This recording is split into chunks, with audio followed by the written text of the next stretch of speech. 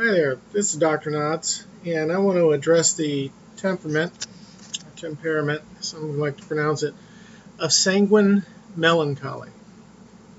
Now, what's interesting is when you get into dual temperaments, it's indicative of what we would call a dual personality. Primarily, you would have a person that's composed of 67% of a single temperament with secondary attributes, generally in the 15 to 23% range of a secondary, temperament's traits and characteristics. And you can have a trilunary, quaternary, and that's where everybody shares in some aspect of one of the temperaments. But whenever you get over 60-40, and in this case it would be 60% sanguine, 40% melancholy, it's indicative of one of two things. If it was a person that was, say, 70% sanguine, if they also scored at another time 70% melancholy, that would tell you that that person had what we'd call a dissociative identity disorder or split personality. Now, the regions of the brain dictate where the value and belief centers are filtered through. That's where we identify the temperament, is through the behavioral cognitive reflex, as well as the uncognitive, which is the primary conditioner that identifies the temperament. The sanguine, of course, lives in the left front hemisphere. A melancholy lives in the left rear, back here towards the fight or flight. The whole fifth region, the rear hemisphere of the brain, this aspect right here is the fifth. Now this is it's reversed on the camera, but this is the right, this is the left, the front, right front. A choleric lives in the right front. That's why they're incredibly driven. Phlegmatic lives in the right rear. That's why they're withdrawn. The withdrawn aspects is that which we would call the recessive or the flight tendency, and that's why it's stored primarily back here. Now, when you have an individual that is, say, 70% sanguine, 70% melancholy, which you'll say is impossible, it's because they have a split personality. And what will happen is when the individual is placed in a position of duress, stress, or an overload of the brain. Now, some of you are unfamiliar with the terminology of overloading the brain, or what we'd call hyperactivation or hyper stimulation of the sensory, and it's called sensory overdrive. Illusionists, magicians depend upon that. And you say, what do you mean? The brain is only able to take in so many things cognitively. Now, it takes in many that are uncognitive. Trillions of perception points are done every second. But based upon the experiential data of basically your life, primarily that which is gained within the first year and a half of life, because 50% of everything you will ever know is gained in the first year. It's just put into moduling centers and storage centers. The second year, it's called the learning cut or the learning differential. The second is the second year of life, you'll gain the next 25%. So 75% of everything you'll ever know is stored in the brain already first 2 years. Why? That is why the heuristic from which all algorithms will come is developed in the first 2 years of life. The primary foundation, which is the coping or the survival mechanisms, are in the first 6 months. The coping mechanisms begin after the 6-month level, between the 6th, 7th, and 8th month. They're finished. The coping mechanisms are primarily fully developed by the 9th and 10th month. Social skills, adaptive skills come within the 2nd and 3rd year, after the solidification of what we call the foundational elements of survival and coping mechanisms. It's during the social development stage, between the 2nd and 3rd year, that the value and belief systems, what you believe to be true, develops within the first year, is solidified in the 2 to 2.5 year mark, 24 to 30 months, and then the value systems are built within the 3rd year, activated after the 3rd year, and between the 4th year. Now, the value systems is that which will determine what temperament you are going to be. In other words, what you value the most in your social skills, which are adaptive. When you have a sanguine melancholy, now here's where you can have what we call the doppelganger effect, or the dual persona effect, the dual temperament effect, is if the person is, say, 60-40, then they're not split. They'll be 40% melancholy, 60% sanguine. That means their primary personality is sanguine. You say, well, what does that mean? That means when you meet the person, as long as they're not under duress, overly stressed, or overstimulated, or traumatized, overstimulation happens when the brain cannot take in more than what it can focus upon. As I was beginning to say, what it values to be the most important for its coping and primarily survival, if it's a stressful situation, it will watch those things and keep your attention on that. That's why illusionists, sleight of hands, pickpockets, thieves, for instance, a pickpocket will bump you when they slice they usually carry, or at least they used to, they would carry a razor in one hand and slice the back jean. When they hit you, they would hit you, and just at that moment they'd slice it, and your wallet would pop out in their hand. They do the same thing with taking wristwatch. They draw your attention to another thing, and then they cause a physical diversion, because your brain can probably only take in 3 predominant characteristics or functions at any cognitive point. So you say, well, what will overstimulate somebody? When it's intentionally done, a mesmer chart. Things like Katy Perry's videos. I don't know if you understand the suggestive element, but when she's doing this latest tour, that back screen of hers and the things that she brings out hyperstimulates the central input.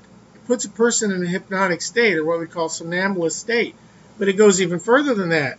It puts you in a hypersuggestive somnambulist state, or makes you hypnotizable. Interesting, isn't it? All right. A sanguine, warm, outgoing, friendly, talkative. They like to make eye contact. You feel like you're the most important person in the world with them. They're very emotionally unstable. In other words, whatever you're feeling, they can feel. They're very emphatic. They're egocentric. In other words, you may not understand it, but that the personality of them is not that they don't hold themselves any better, but egocentric means they have no fears, they repress nothing, they are able to come in and adapt and blend in any situation. But what happens is if they get put in a duressful, stressful situation, over hyperstimulated also into a suggestible situation, they will jump to the rear. Of why? Because this is where the fight or flight is located. That's where melancholy exists, by the way. Which is why melancholies are moody, withdrawn, persecution prone, very revengeful, touchy, anger, theoretically unsociable. They tend to be critical in their attitudes, negative towards anything new that's out of their formula. That's also why they love music, the fine arts. They like to withdraw into themselves, take in everything. So what happens is if the sanguine gets, and if it's a sanguine melancholy, primarily sanguine, secondarily melancholy, if they get put in a stressful situation, they will withdraw. And when this happens, they will become very reflective, they will become very analytical, and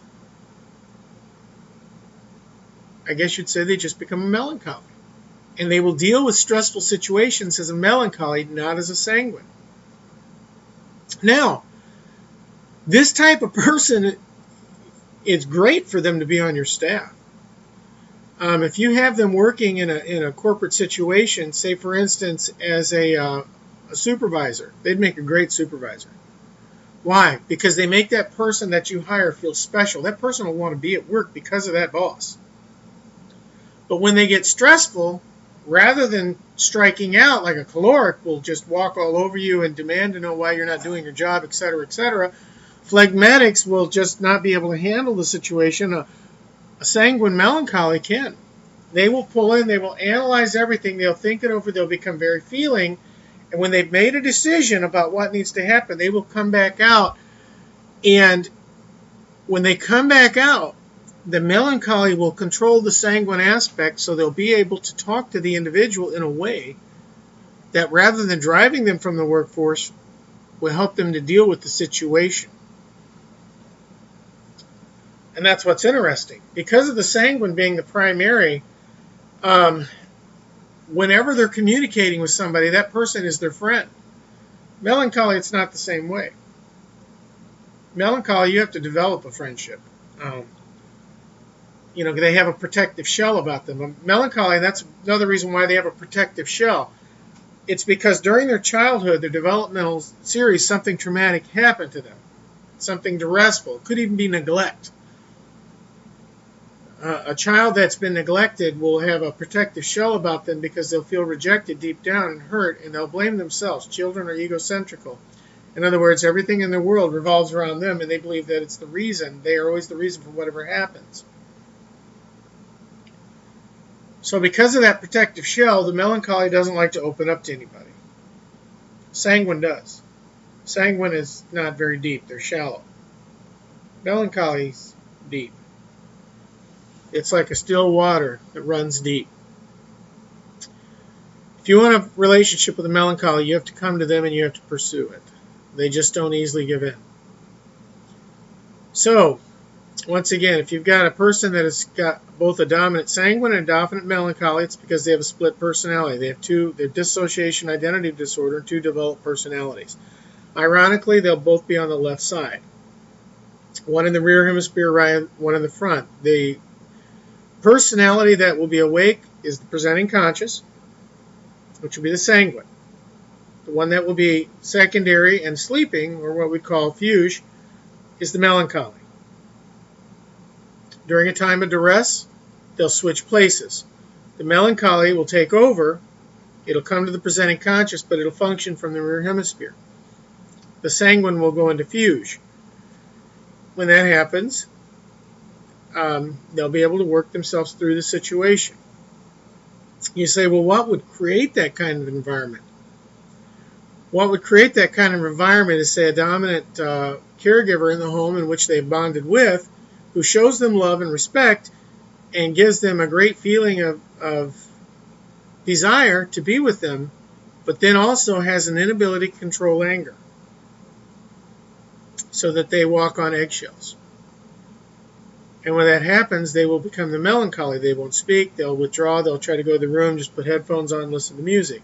That's the kind of environment that develops a sanguine melancholy.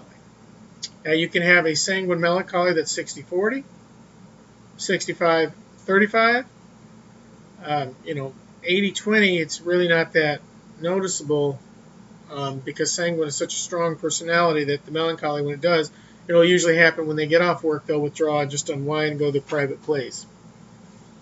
So I hope that I've explained this to you. It's hard to get into this to incredible depth in just a short video lecture. I make them short because I found that people won't watch longer videos, so I was trying to keep them down to 5 and 10 minutes. I thank you for your kind words, for your prayers. I was going to do this lecture yesterday, but because of I couldn't wake up yesterday. I guess my heart was overexerted, and I couldn't go to sleep, but I just couldn't do anything. So this is Dr. Knotts. Keep giving me your requests. The next video and lecture I'll do is going to be on, well, I've had several requests. I have to think about the first one first. It's going to be on the,